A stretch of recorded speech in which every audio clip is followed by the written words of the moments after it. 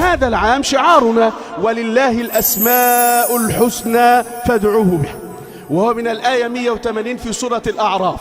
يقول تعالى ولله الأسماء الحسنى فادعوه بها وذروا الذين يلحدون في أسمائه.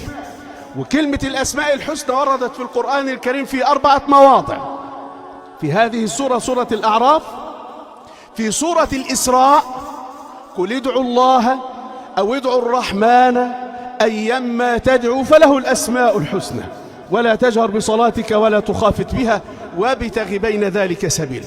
في سورة طه وإن تجهر بالقول فإنه يعلم السر وأخفى الله لا إله إلا هو له الأسماء الحسنى.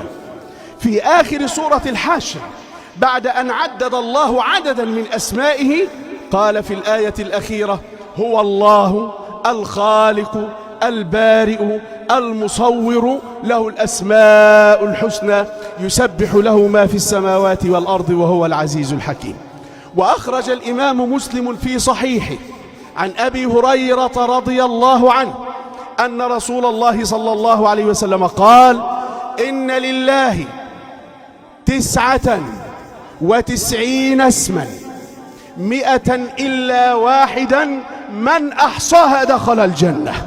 هل هناك سبب يدعونا إلى هذا الشعار أكثر من هذا؟